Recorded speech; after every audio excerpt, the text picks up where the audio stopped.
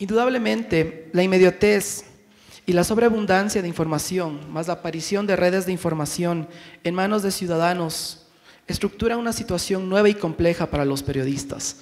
La cobertura periodística en tiempos de elecciones cimenta la democracia, como también constituye la agenda pública. Y en esta ocasión nos complace, junto con el Colegio de Comunicación y Artes Contemporáneas de la Universidad San Francisco de Quito, el organizar este evento de estas conferencias internacionales Periodismo en Debate, que están planificadas realizarse todos los años. El tema central de este año es periodismo en tiempo de elecciones, que sin duda es el tema más importante para periodistas en estos meses en Ecuador.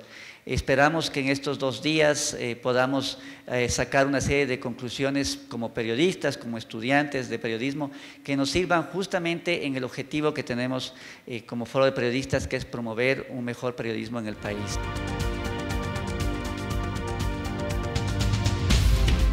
¿Cómo cambian las redes sociales los movimientos políticos? Y la lección que yo aprendí es, yo cubrí el movimiento Yo Soy 132, que lo que hay que hacer como reportero es simplemente meterse en el movimiento, aunque no se entienda muy bien, y ellos entendían muy bien qué era lo que estaba pasando, pero el sentido se va adquiriendo con el paso del tiempo, y sí es posible en tiempos electorales, en tiempos de grandes movilizaciones sociales, encontrar un sentido a lo que está pasando. Dar solamente los hechos ya no va a ser suficiente. Tenemos que dar un contexto, un análisis, sabiendo que lo nuestro puede estar equivocado, que es complicado dar todos los elementos. ¿Se recuerdan que Kapuscinski decía que probablemente no vamos a poder explicar nada porque el mundo es demasiado... ¿Quién podría hoy día hacer un artículo decente sobre la crisis financiera? O sea, probablemente él decía, no sobre eso, pero decía, el mundo es tan complejo que lo más probable es que solo entendemos un pedacito, nos faltan elementos de información, entonces hay que ser modesto, hay que tratar de poner en contexto, tratar de hacer lo mejor que puedes. En el caso de Yo Soy 132, quiero contar una pequeña anécdota. En los medios, en medios mexicanos, en general el debate era quién manipulaba el movimiento. Se pensaba que estaba un candidato u otro moviendo los hilos y poniendo dinero en estas manifestaciones, etc. Y ahí lo que había que hacer era meterse en el movimiento y ver si era cierto o no y cuál era la realidad de ese movimiento. Eso fue lo que a mí me tocó hacer. O sea, estuve 2 meses, mes y medio yendo diario a las reuniones y viendo qué era lo que estaba pasando, etcétera, para ver qué tan cierto era, si esto estaba manipulado. Y la verdad es que no lo era en ese momento. Luego sí se convirtió en eso, pero en ese momento era un movimiento muy utópico. Había mucho optimismo acerca de la capacidad que tenía alguien que podía tuitear o poner un video en modificar las cosas. Los medios, ¿cómo tenemos que contribuir? Haciendo también pedagogía, ilustrando, entregando información que permita tener ciudadanía informada y no ciudadanía obnubilada, por lo que sea, a favor del opositor o a favor del gobernante, ciudadanía obnubilada.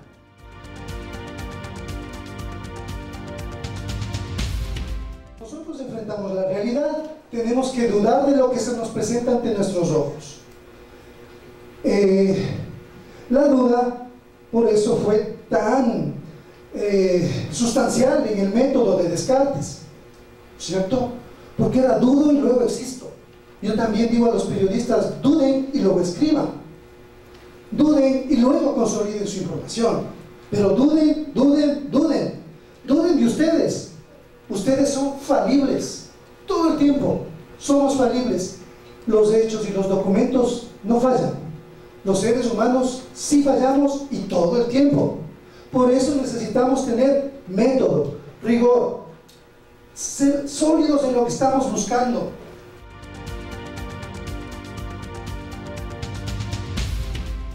Durante épocas electorales hay mucho más atención sobre el país. Llegan corresponsales, creo que sus propios paisanos están mucho más atentos a la prensa.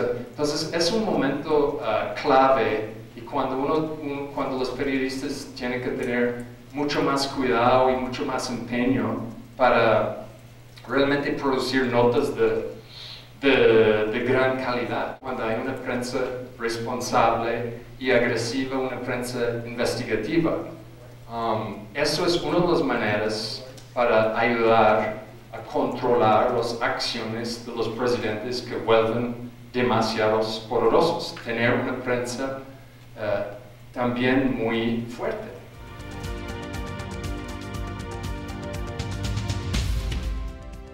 Tomar en cuenta de que muchos votantes, mucha gente en Venezuela y mucha gente en América Latina, a pesar de las críticas del gobierno de Chávez y todos los problemas que hay en Venezuela, mucha gente no tiene, pues no les afecta tanto los problemas problemas democráticos, problemas de ataques contra la prensa, por ejemplo.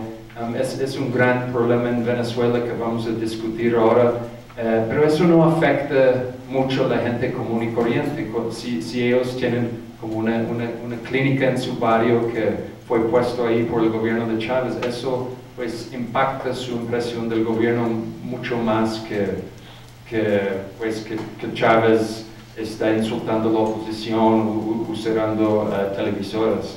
Necesitamos explicarle a los ciudadanos que nosotros no estamos en la dicotomía que el poder nos quiere poner, no estamos en blanco y negro. Los 7 candidatos que hay para la presidencia de la República los vamos a cubrir igual que los binomios, igual que las listas, con las dificultades que eso conlleva, porque ya les digo, no se puede hacer todo al mismo tiempo y hay que optar, pero esas opciones democráticas, inspiradas en la buena fe, inspiradas en que nosotros como ciudadanos de este país tenemos derecho a plantear para este país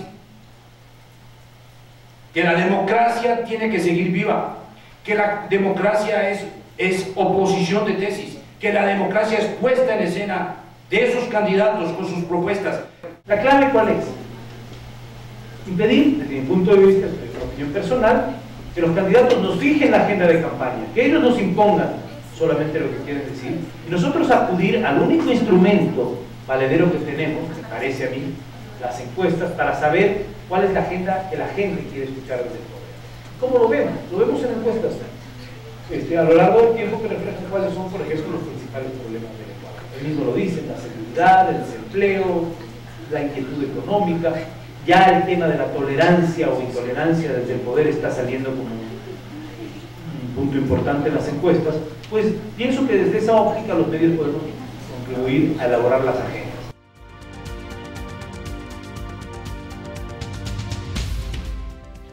Ciudad de México se siente como aislado. Hay varias razones por las cuales Ciudad de México se ha aislado. Una parte tiene que ver con buenas gestiones gubernamentales, la otra tiene que ver con la cantidad de policías que hay en la Ciudad de México, y la tercera, que es un gran aprendizaje, tiene que ver con el mando único de esas policías.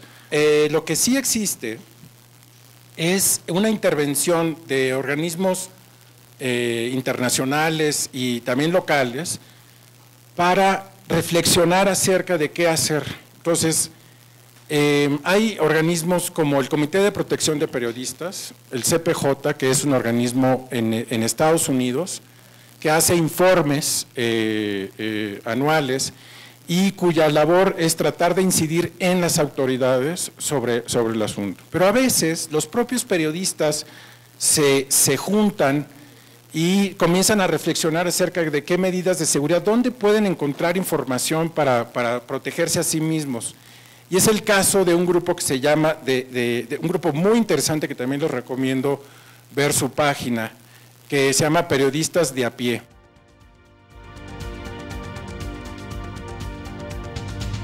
Algo difícil para personas que no están involucradas en el tema digital y que, digamos, adaptarse a este nuevo sistema, pero es necesario. Google hizo una página o tiene una página propia que se llama Política y Elecciones. Luego viene el tema de Twitter, que justamente también me sirve para recoger información. Y aquí ya me meto un poco el tema electoral. En elecciones de Ecuador le puse ayer en la noche a todos los 7 candidatos presidenciales. Eso quiere decir, cuando yo quiera saber qué dicen en sus twitters los 7 candidatos, no quiero saber de otro tema, que los 7 candidatos me voy a mi Twitter.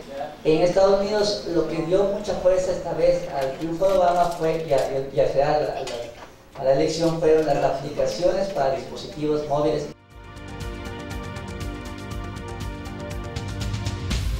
La Constitución te dice, está prohibido hacer promoción por parte de los funcionarios públicos utilizando la infraestructura estatal. Y el Código de Democracia es una excepción. Te dice, excepto cuando estén informando sobre obras que estén ejecutando. Y la Corte Constitucional dice, bueno, siempre y cuando sea para garantizar con la difusión de esa información otros derechos constitucionales. Y mete ahí todos. Yo creo que siempre podemos, una propaganda puede decir, es que estoy garantizando el derecho a la educación o el derecho a la salud, y por ahí, ¿no? Realmente sigue habiendo esa desigualdad. Después tenemos en el mismo artículo 203 al final, el inciso 4, habla sobre un tema sobre el cual la Corte en verdad ni siquiera discutía, en los medios tampoco. Una prohibición que existe para los sujetos de derecho privado de referirse con propaganda o con publicidad al proceso electoral. ¿Cuál es el problema que nosotros veíamos con esto? Decimos, por ejemplo, la Universidad de San Francisco, ustedes, un grupo de estudiantes, un sujeto de derecho privado, quiere, durante las elecciones, por ejemplo, sacar publicidad sobre la importancia del voto de los menores de edad, del voto que ustedes saben ahora desde los 16 se puede votar, o la importancia del voto de los discapacitados, o cualquier tema así, no sobre un partido, un movimiento, no, sobre el proceso electoral. Eso está prohibido, porque está mal redactada la norma. Prohíbe que los sujetos de derecho privado se saquen publicidad o promoción referente al proceso electoral. Y la Corte Constitucional básicamente no nos dijo nada, nos dijo, esa regla ya se encuentra garantizado bajo el tema de que el CNE financia la campaña electoral. No sé si es que un sujeto de derecho privado se puede acercar al CNE y el CNE le va a dar plata para que tenga este tipo de propaganda, habría que ver, pero básicamente es lo que interpreta la Corte.